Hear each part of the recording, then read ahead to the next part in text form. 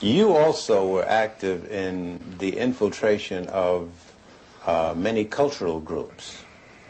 Before we go into that step by step, how much research and study did the FBI engage in of black culture in the late 60s?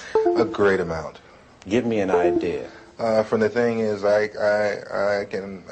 have a file on every type of magazine that blacks read. They have a file on the music.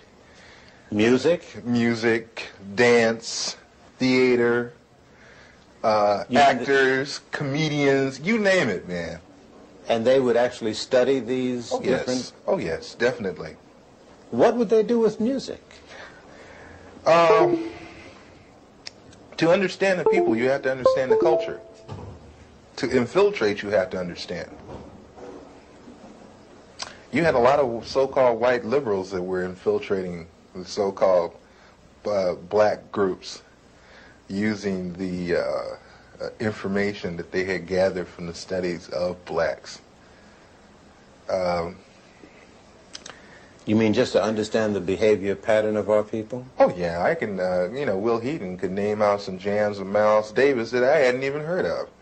He could name off some books that I hadn't even read pertaining to black culture. Do you ever see agents actually studying the yes. music of... Yes, yes. Yes, I've seen them going over even video portion of cultural events. The understanding, like when, okay, you have an organization like Leroy Jones' Black House. You remember that? Okay, Leroy Jones's place, which was done on the thing of tribalism. That's where I first heard the word Kintu, Mantu, Huntu, Hintu. These words of the African continuum. I learned that from an agent. He ran it down to me. They make in-depth studies of the personalities of the people they're dealing with too, culturally. It always helps when it's a thing of you can take their culture and use it against them. How large would you say an extensive collection on our culture would you say the FBI has? Would you rate it as large as a particular library, like the Schomburg Library in Harlem? Or I would rate it better. I would rate it better, and the fact is that they go into details that we probably would overlook. Will Heaton used to meet me in different places. You know, Will Heaton, that was one of my supervising agents. There is a certain bar in the Los Angeles area where people into black cultural things met, and Will Heaton used to meet me there. And he would go into very long and tiring conversations with some very articulate brothers about culture, African culture, and Afro-American culture. Tell me about some of the cultural organizations that you infiltrated and what you did. PASLA, Mafunde, Watts Writers Workshop, which they had. The Watts Writers Workshop? Yes. Watts Writers Workshop, which was one of the oldest established black writers' workshop. That place was burned down. Yeah. The Bureau had it burnt down. How do you know that? I know because I participated. I did the arson. You burned down the Watts Writers? Yes. Why did they want it to go? At the time, funding had been cut to the workshop, had been cut out, but it looked like there was a possibility of a grant being given back to the workshop. And if there was no theater, there would be no grant. How did you do it? 2 cans of kerosene, Purex bottle, gasoline, and a flare, highway flare. Why didn't you use more sophisticated stuff? Oh, no. No.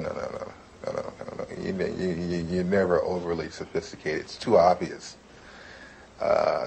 this way you make it look like, you know, maybe somebody in the neighborhood that got kicked out of the theater at one time got mad and came and burned the damn theater up, that kind of thing. But you were involved in this theater? I mean, did it get to you at all what you were? Hey, man, that got to me a great deal. I love that theater. I built the stage. You built the stage? Oh, yeah. When I got to the workshop, the stage that had been, the original stage that had been built needed an extension on it. The original part of the stage was in terrible condition. They had no lighting system. I put the lighting system in myself. I put the stage in myself. And that was a stage, man. And that was a theater. It's a nice theater. Who was the director of that workshop? Harry Dolan. Harry Dolan. Some very, very well-known artists supported that workshop, gave money to it. Some very well-known artists came out of the Watts Writers Workshop. You know, Glenn Tubman, Yaphet Kotto. Sidney Poitier used to come down there and give a class. Sammy Davis Jr. used to come down there all the time. Quincy Jones used to come there and give music classes. We had our own 8-track studio setup for sound.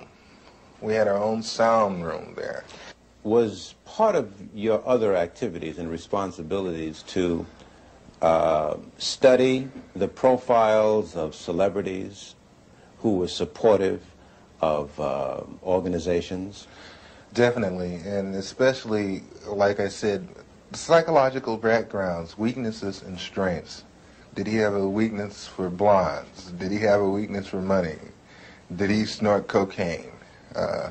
Did he smoke marijuana? They even get into, oh, and that's one thing the Bureau loves is their sexual background. They have files and files on different blacks, not only celebrities, but a lot of others, sexual activity. What would they do with this information? Oh, that's used as a weakness. So they would feed to these weaknesses? Yes. Did you see that happen? Oh, yes. Doc Holliday, who is one of the leaders of the BGF, Black Guerrilla Family, which is a prison gang in the California state prison system. Upon his release from prison, a certain sister made herself known to him at a nightclub, whereupon he moved in with her, and she picked up names, telephone numbers, information, you know, that kind of thing. That lasted for a good 3.5 months. Was this an unusual thing, or did this happen often? No, that happens all the time. Did you yourself get involved in doing that? Yes. Give me an example. There was a gentleman that was on trial in Los Angeles that belonged to the BLA that had been busted in a southern state for a bank robbery, but was brought with 2 other people to Los Angeles to stand trial for the machine gunning of a police officer in Los Angeles. I was supposed to worm my way into the affections of his sister and whatever it took to get the information that I needed as far as what kind of defense they planned to use as to turn this information over to the federal prosecution. Did you do it? I got the information, and thank God I didn't have to go through with the actual thing of sexual activity. What do you mean, thank God? The sister was rather unappealing.